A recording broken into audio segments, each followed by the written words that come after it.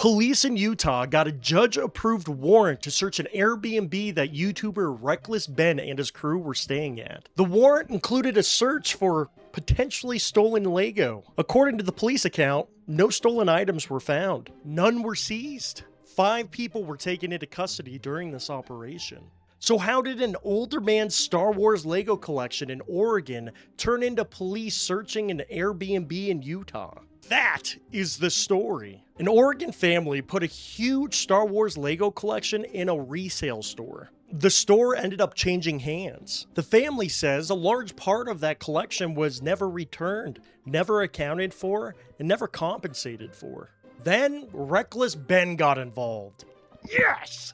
He started filming, confronting people. He started trying to give court-ordered papers out. And somehow, we went from missing inventory to duck delivery, police calls, a warrant search, criminal charges, a corporate lawsuit, and a federal court case over Legos. I thought Lego crime was when you step on a bunch of Legos. Well, before we go anywhere, this is not a video saying that Bricks and Minifigs definitely stole $200,000 worth of Lego. That has not been proven. Bricks and Minifigs, banned from here on out, says that the consignment deal was unauthorized and that much of the inventory people are looking for was already sold, stored somewhere else, or gone before BAM took over.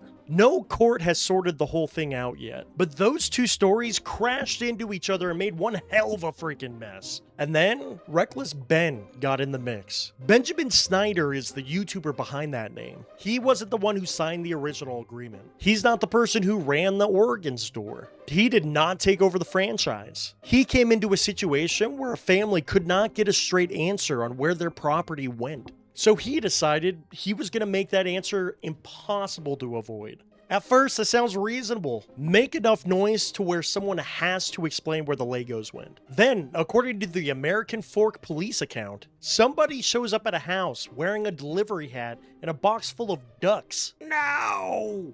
Don't worry, Tony. We will get there. But first, the actual Lego. The older collector is Ed Mansell. His son, Brian Mansell. He was the one handling paperwork and trying to publicly get answers from these guys. In late 2023, Brian signed a consignment agreement with Brick and Minifigs franchise in Kaiser, Oregon. At that time, the store was operated by Crystal Law Gorman and Benjamin Gorman. Bricks and Minifigs is a resale chain. Used sets, retired sets, loose parts, minifigures. All the stuff that makes a kid look at a shelf for about 40 minutes while their dad just wants to go home and grab a beer. Ed's collection was heavily Star Wars. Instead of selling the whole collection to the store for one check, they signed a consignment deal. Consignment is simple in theory.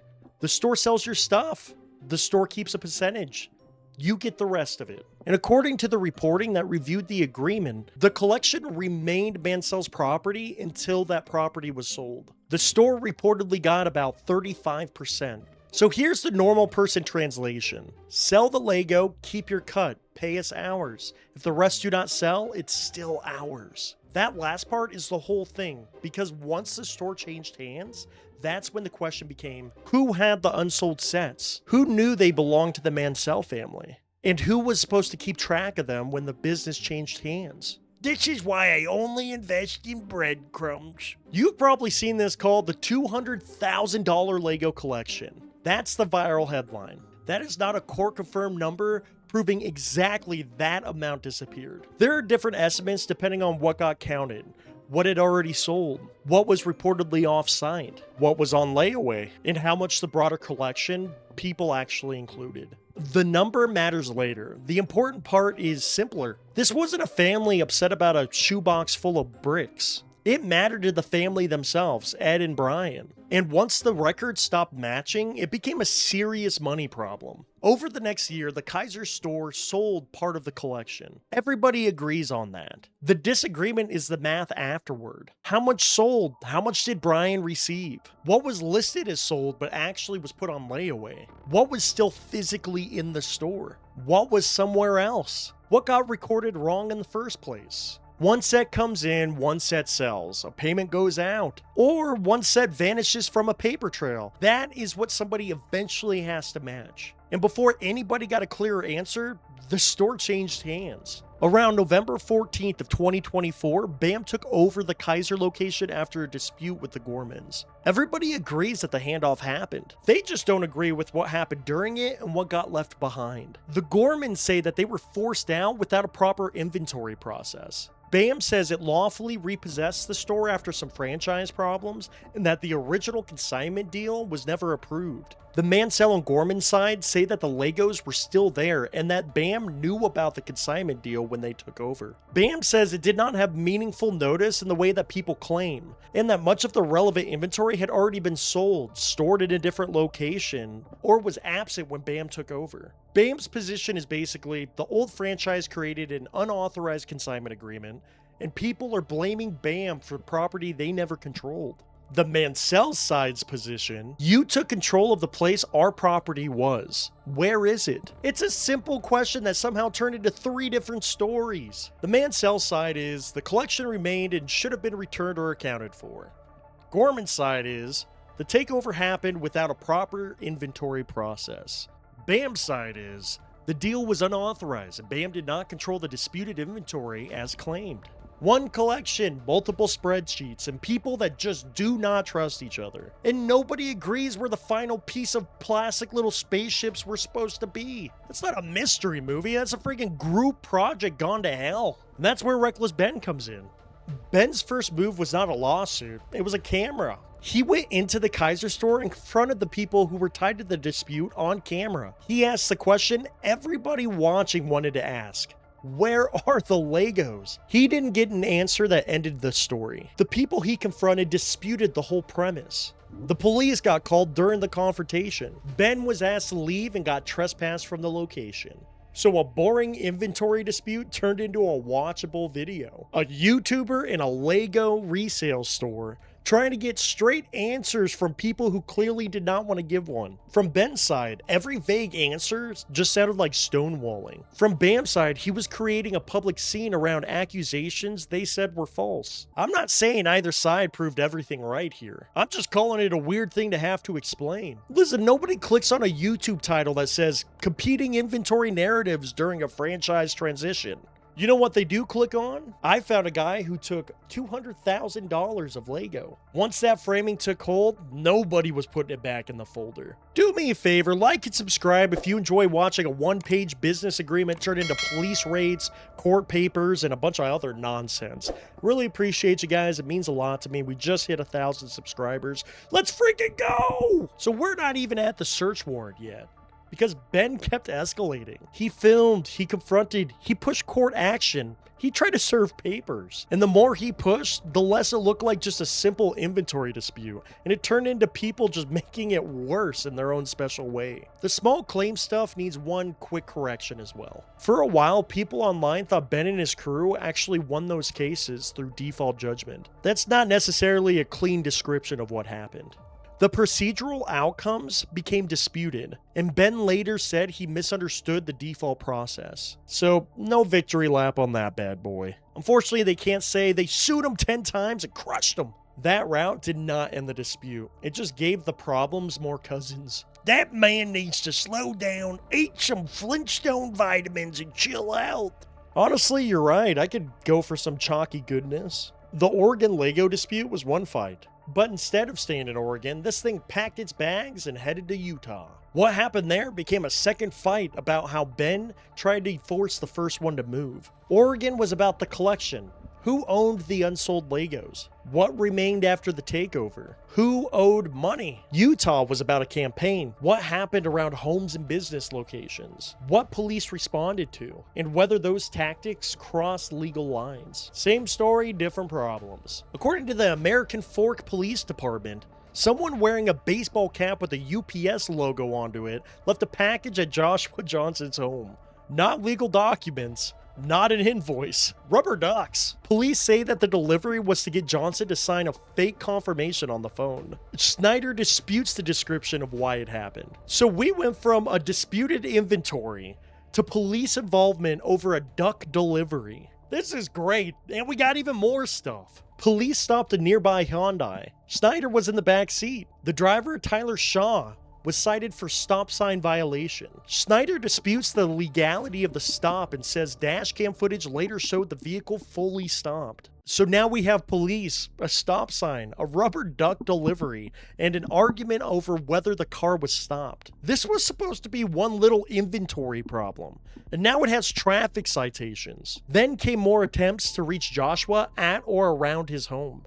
That is when the original Lego dispute started getting buried under the campaign itself. At first, the question is, where is the collection? Then it becomes, why do people keep showing up around somebody's house? That is a completely different kind of fight. According to AFPD, a group later put up a sign on a neighbor's fence across from Johnson's home, accusing him of stealing a dying man's life savings. AFPD says Sheldon was on FaceTime with Schneider when officers arrived. Police later seized Norcross's phone after alleging that he manipulated it when it was being taken for evidence. That's the kind of thing that gets shared everywhere instantly. It's visual, it's emotional, and it makes people pick a side before anybody has matched a single inventory sheet.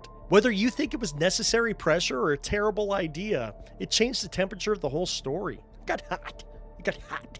This wasn't a civil accounting problem anymore. It was a public showdown outside of someone's house. At that point, nobody is solving the Lego problem. They're just making new problems that happen to involve Lego. From there, officers got a judge-approved warrant for the Airbnb where Schneider and the others were staying. According to AFPD's account, the warrant affidavit included a homeowner report that people inside were talking about potentially stolen Lego. So the warrant included a search for potentially stolen Lego property.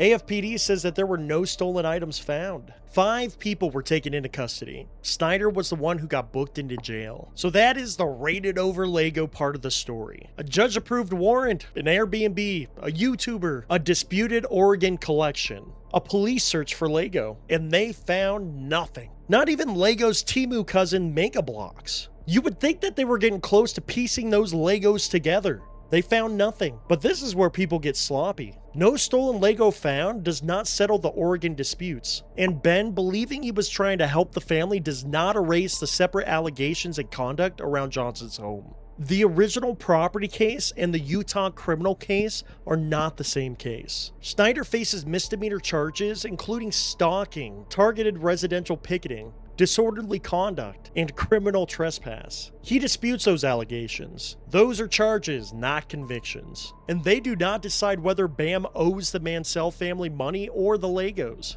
The footage made everything bigger. Police body cam, doorbell footage, Ben's own videos, phone clips, department statements. Enough that the internet decided that it was judge, jury, appeals court, and emotionally support bailiff.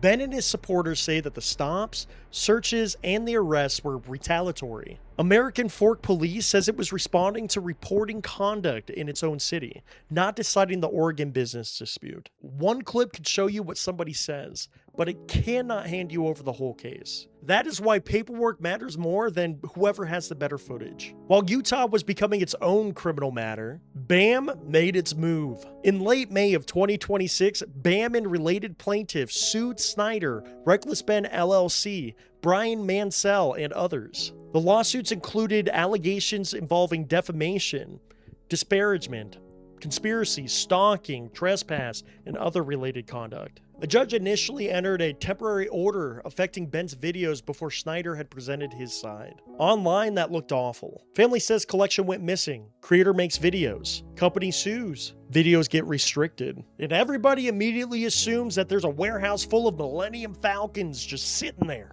Stolen. But that early order did not decide what happened to the collection. It did not decide Bam was right. It did not decide Ben committed a crime. It meant that the legal system officially took over, which honestly happened around when the rubber ducks entered the equation. Bam's position is pretty much what it said after its takeover. It says that the consignment agreement was unauthorized. It says Bam was not a party to it. It says it did not have meaningful notice or control over the collection the way the Mansell side claims. It says a lot of the relevant inventory had already sold, was stored somewhere else, or absent before takeover. And BAM denies taking, selling, or concealing the collection. The Mansells and the Gormans dispute major parts of that. Joshua Johnson and Brandon Best did not run the Kaiser store during the earlier sales period. But what happened after they took over is part of the dispute. That is where the family says remaining property should have been found, returned, or accounted for. Then BAM announced that it was permanently closing the Salem Kaiser store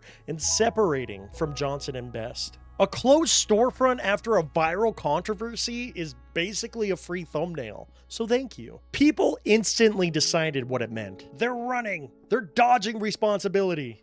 They got caught. Slow down a little bit. The closure itself does not prove any of that. BAM said safety concerns and online campaigns are part of the reason why they closed. They also said that they would review records and work towards making Mansell whole for inventory that could be shown to be unaccounted for, while still denying theft or concealment. So now the store is closed. Everybody is suing, and the original question is still sitting there. And a closed storefront does not count the inventory. The only way out of this freaking rabbit hole is the most boring thing imaginable. Put every freaking record on the table and figure out what can actually be shown. I'm starting to miss normal Lego arguments. Like what? Like if the Millennium Falcon was too dusty?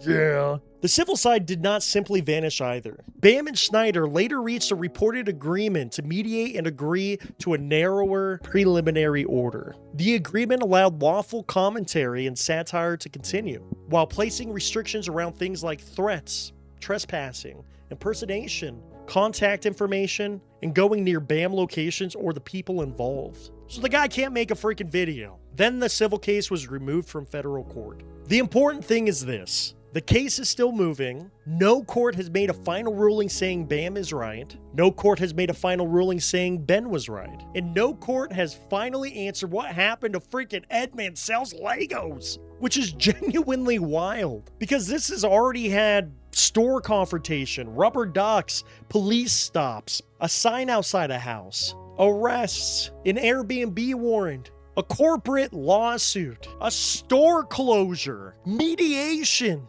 and a federal court case. All this chaos, all these court papers, and they still just want to know where their freaking Legos are. How much of the collection was sold? How much money actually reached the Mansell family? How much was still in the store when control changed? What was stored off-site? What was already gone? And who had the legal responsibility to explain the gap? The answer is not going to come from the loudest clip. It's not going to come from some freaking corporate statement. And it's not going to come from somebody showing up to someone's house with a camera. It's going to come up from the most boring thing imaginable. A real reconciliation. Every sale, every payment, every layaway record, every set that had been shown to have entered the store, every set that had shown to have been left, and every set no one can account for. You count the Lego, you count the money, you match the records. You find the moment the story stops making sense. So the clean version of this story is not Bricks and Minifigs stole $200,000 worth of Lego. That part has not been proven yet. And it's not Reckless Ben was arrested just for helping an old man. That's not what the Utah charges are about. The clean version is a real consignment agreement existed. A real store takeover happened. A real accounting dispute followed. A YouTuber made that dispute impossible to ignore. That campaign escalated into confrontations, public pressure, police involvement, criminal charges, and civil litigation. And after all of that, the first question still does not have a public answer. What happened to the Lego? Someone just needs to count the Lego. That is the smartest thing I think you've ever said. Freaking Tony, good job.